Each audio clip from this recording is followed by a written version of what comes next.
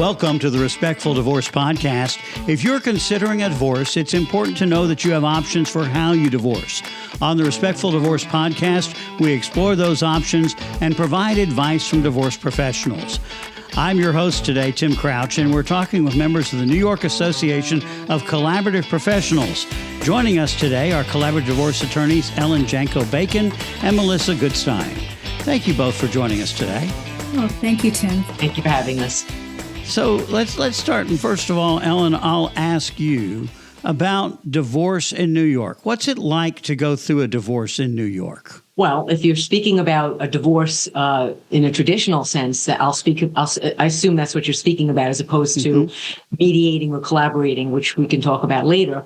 But going through a divorce through the court system is a very, very stressful and very difficult process. And, it's like when you tell your little 4-year-old not to touch the hot stove, they just don't get it until they touch the hot stove. And, no matter how many times I speak to my clients about staying out of the court system, they just don't really get it until it's too late and we're in it. So what is it like? It's handing over your control really over the result by putting it in the hands of a neutral judge who doesn't really pay attention to the nuances of your lives and is kind of just wants to get it done. And so, they're not really making anybody happy. No one was happy. There's no winning. I'm going to win. I'm going to get you in court, but there is no winning. It's just not the way the process goes. So in short, it's just spending a lot of time and a lot of money handing over I don't want to use the word power, but handing over your control over your family's lives. So I highly recommend that people stay out of the court system. And I will add that the courts are very overworked. You just don't get the attention that you need. And it's damaging to a family because if you think you're going to be in battle and you're going to win, in order to win, you have to try to make the other person look really bad. And how does that affect the family? The answer is not well. So that's, in a nutshell, it's a long, expensive, high conflict, negative experience. And I've just heard it said that our court system really isn't set up for divorce. It's not divorce friendly. Well, it's not if you think about what you're divorcing. I mean, it really isn't a business deal, although I've heard many attorneys say it's just a business deal. No, it's not. This is a family. It's the most intimate of relationships on the planet.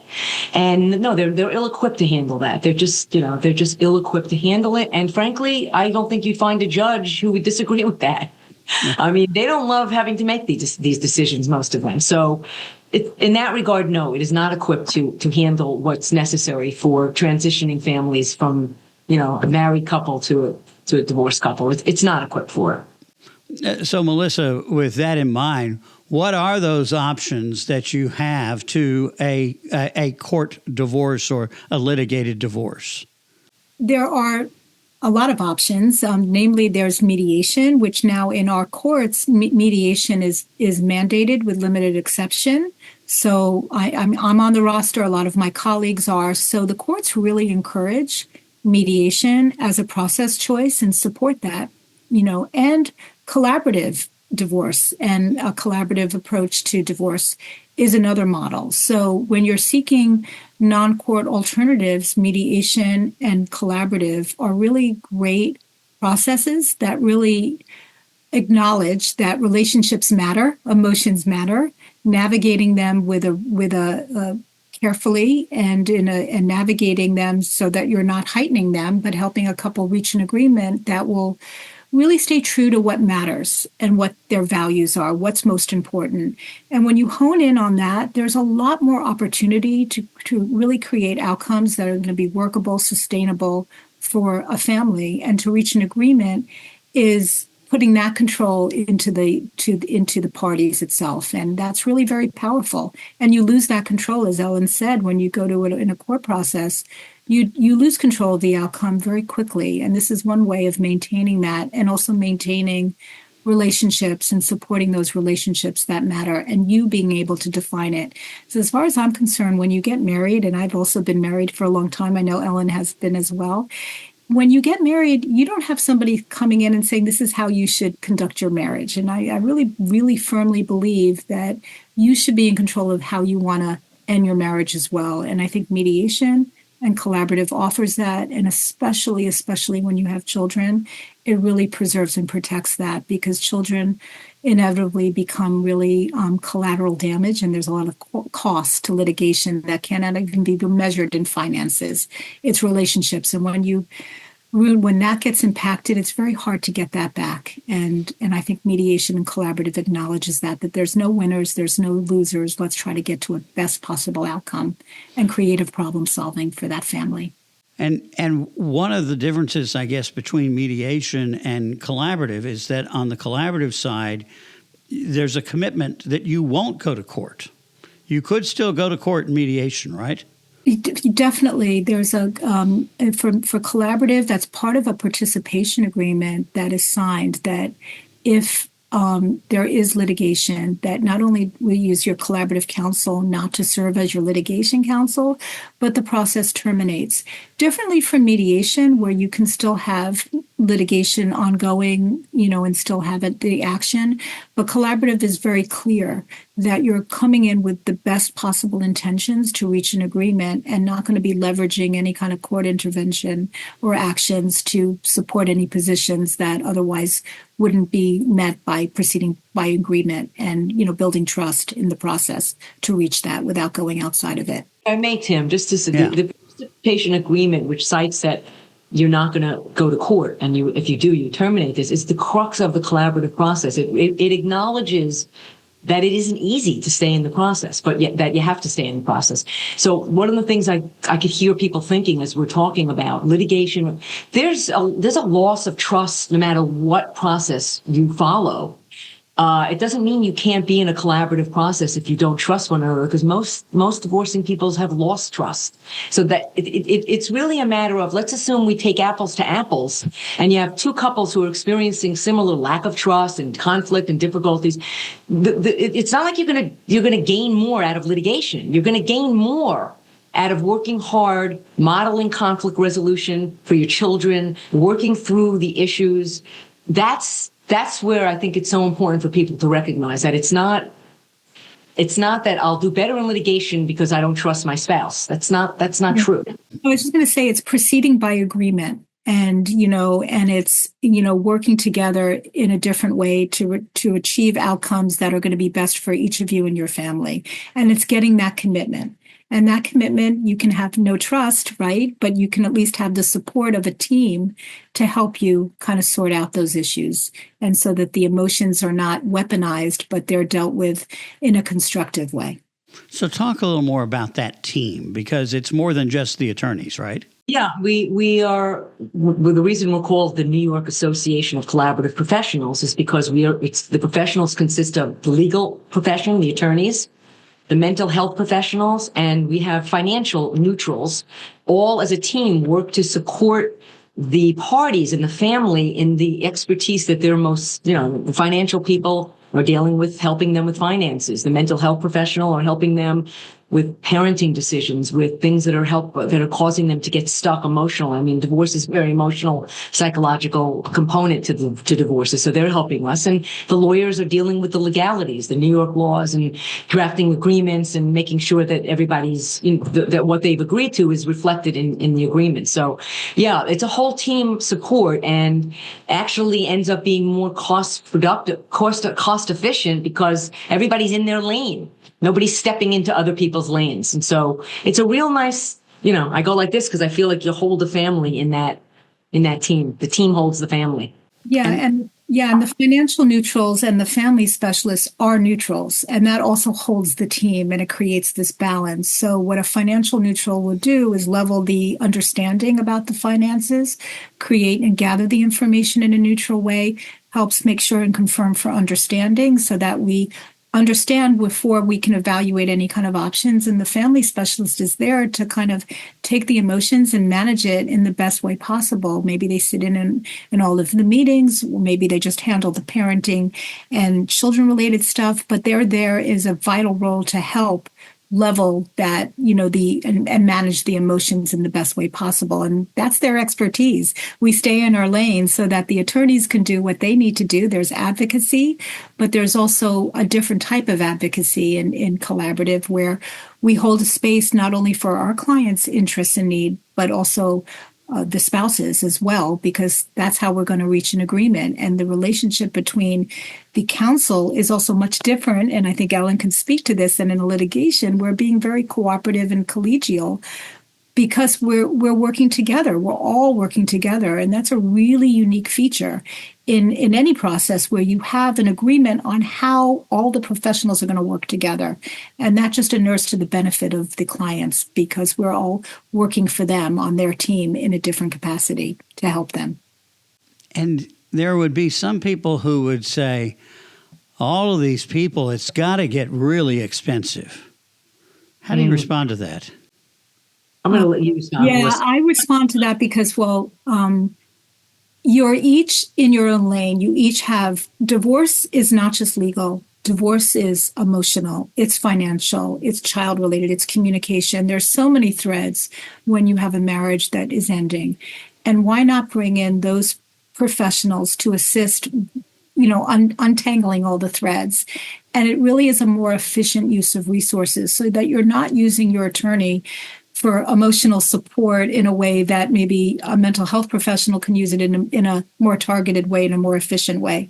You're not necessarily using your attorney necessarily to two attorneys handling financial information when you can just bring in one neutral to do it. So it's an efficient use of time and resources, and most importantly, expertise. And we're all trained in conflict resolution. So it's just delegating so that at the end, it's an outlay of costs, but it's how you use it to reach agreement. And I think it's a more efficient use of resources and expertise. And the hourly rates for these neutrals are well below the hourly rates of attorneys, right? Oh, yes, for sure. Yeah, that's just another great point. The mental health professional, the family specialist, in my experience in our association, definitely does have a lower rate. So to use one neutral to work out the parenting as opposed to the two attorneys who are very capable of doing it. We're very capable of doing all that, but we're trying to kind of target it with what do we need to deliver in terms of a service that's going to be most helpful and most efficient in getting to a desired outcome. I mean, also, I can't tell you how many times when there's not a mental health professional, I'll refer to the family specialist, in the process, how many meetings are not productive because people get, I use the word stuck. It's, they're emotional. And frankly, I'm not equipped to unravel that. I'm not. So when you think about cost, you're paying two attorneys to sit in a meeting, and the meeting doesn't go well, and another meeting doesn't go well, and it breaks down. And I'm not saying that happens all the time, but it happens.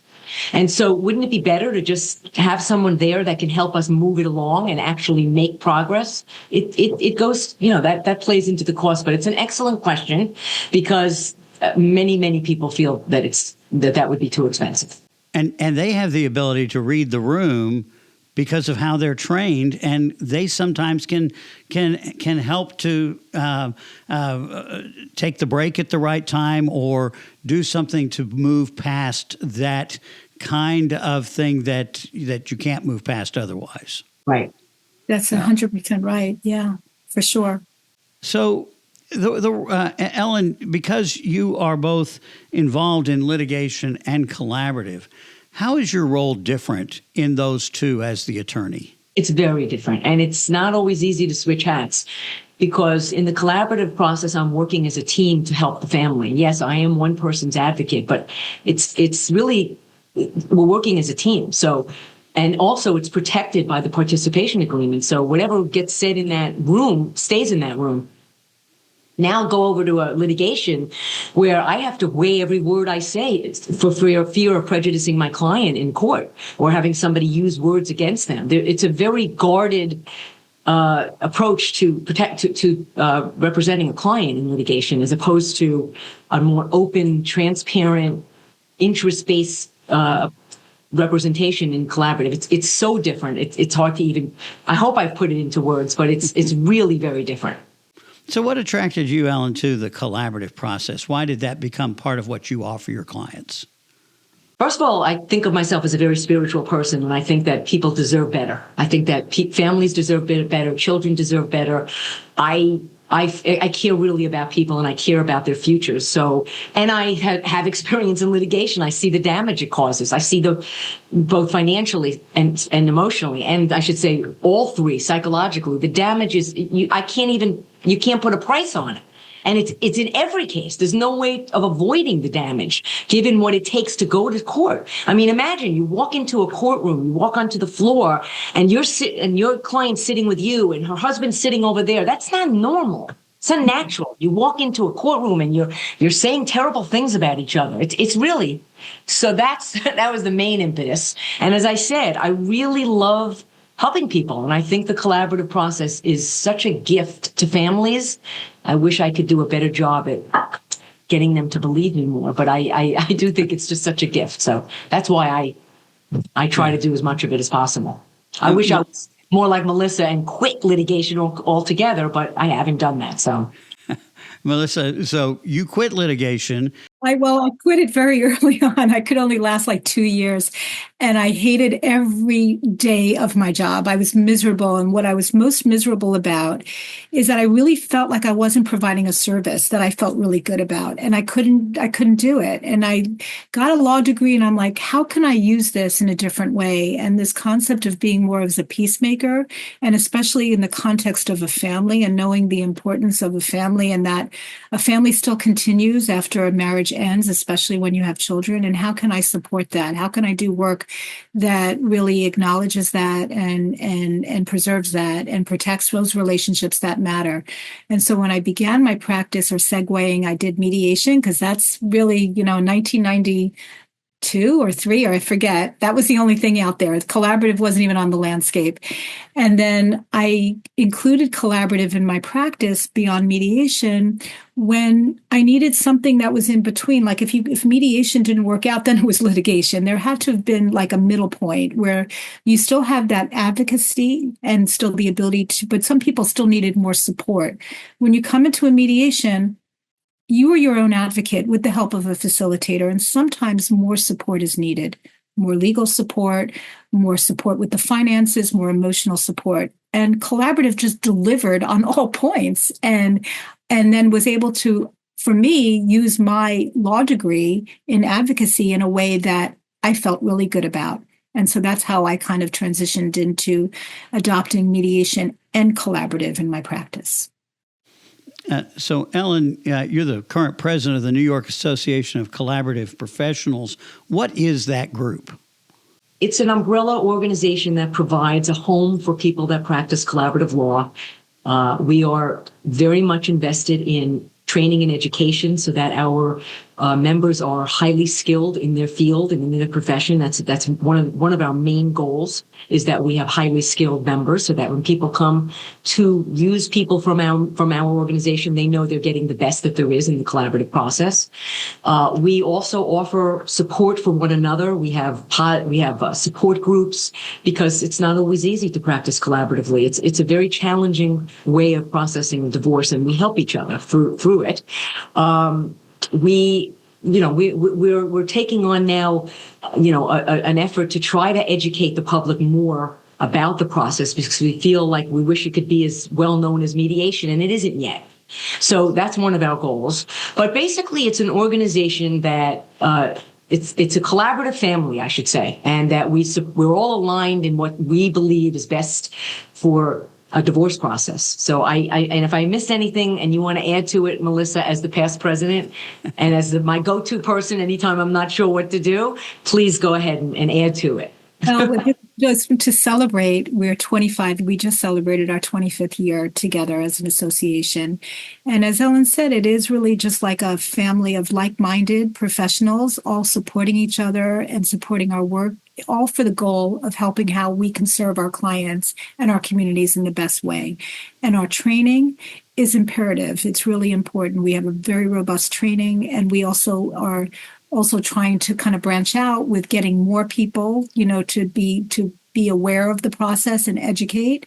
But the skill of conflict resolution, as well as expertise in our specific disciplines, is really central, because that's how we can really further the collaborative and the successful outcome of collaborative practice. And we're an interdisciplinary group.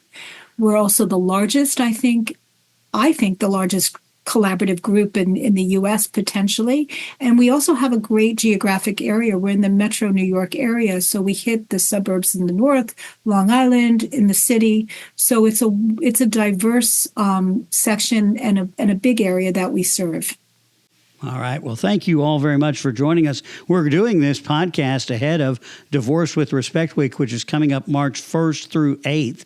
And it'll be an opportunity for people to do a free consultation during that week to learn more about collaborative and their divorce options. If somebody is going to sign up for a consultation, what should they expect in that consultation? Melissa, I'll let you go first on that. So the consultation first is that how I like to do it is to explain the process, explain process choices, and explain also about particularly the collaborative process. I don't necessarily get into particulars of one situation, only if it's relevant as to whether the process itself is appropriate.